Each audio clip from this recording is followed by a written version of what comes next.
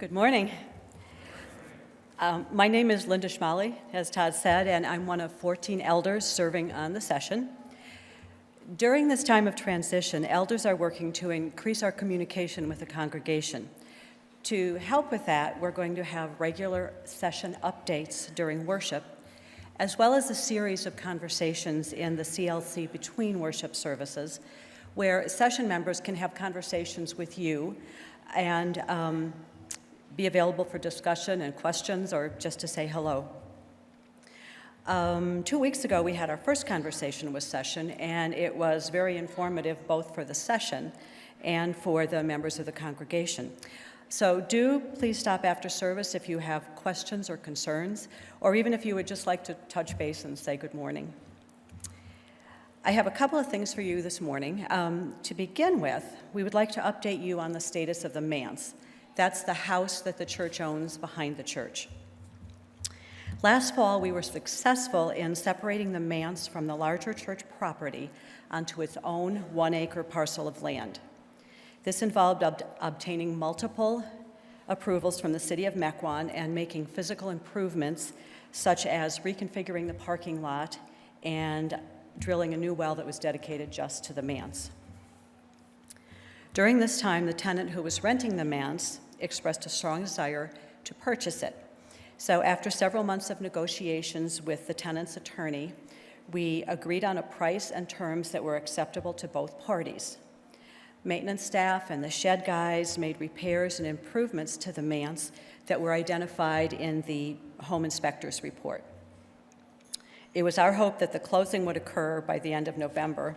Unfortunately, this did not occur because the tenant developed some serious health problems that precluded her from living independently. So with the assistance of her family, she moved out of the manse at the end of December and left it in good condition.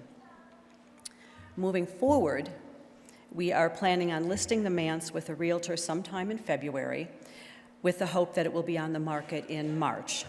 We still have a couple of cosmetic updates to do, but in general, the manse is in good shape.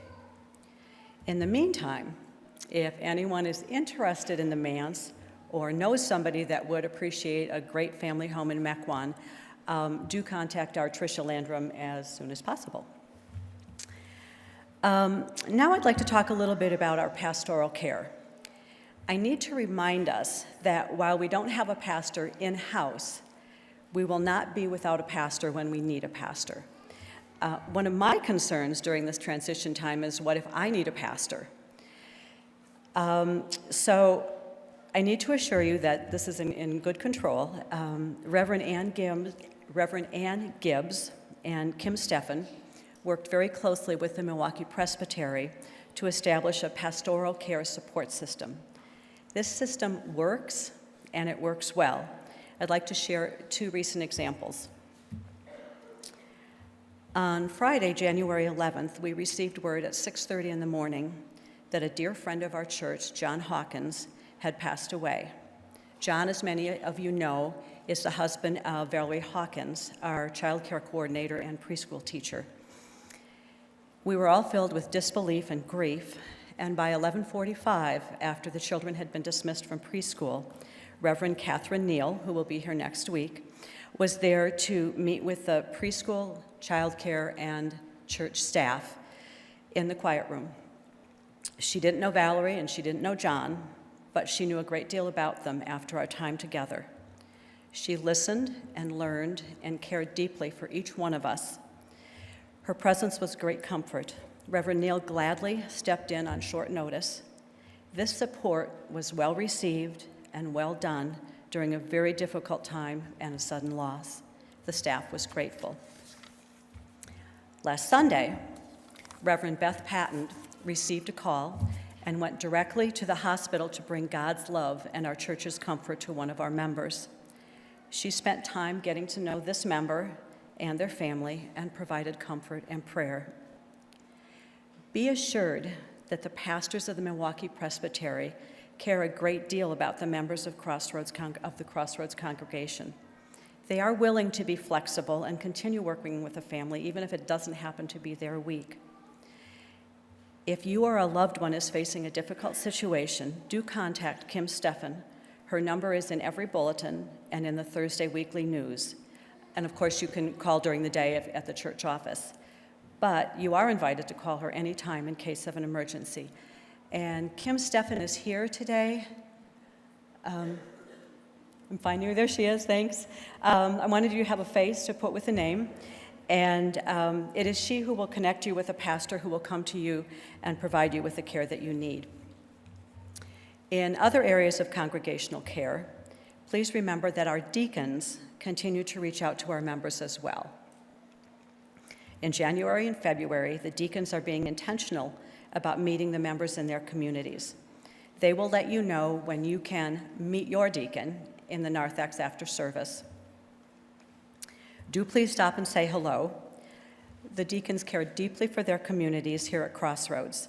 There are many deacons in the narthex today, and do be sure and stop and say hello if you've received a notification that this is your week to meet your deacon. They are wanting to meet you and get to know your families. And before I step away, I'd like us all to remember how very blessed we are at Crossroads. We have amazing staff members who work to maintain our excellent programs as well as continue with the ongoing work of the church. We have the stability of Todd and Jenny O'Connor, who will lead us through this season as they have done for the last 14 years. Session members also understand that members of Crossroads have high expectations for those preaching on Sunday mornings. In the next months, we have the opportunity to hear a qualified preacher every Sunday.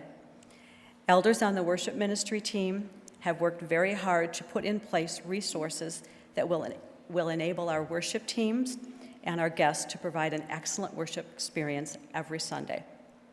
So I say thanks to all of you for being with us today. And again, do please stop in the CLC after service. Elders will be there to answer questions and address your concerns, and we would just love to have you join in the conversation.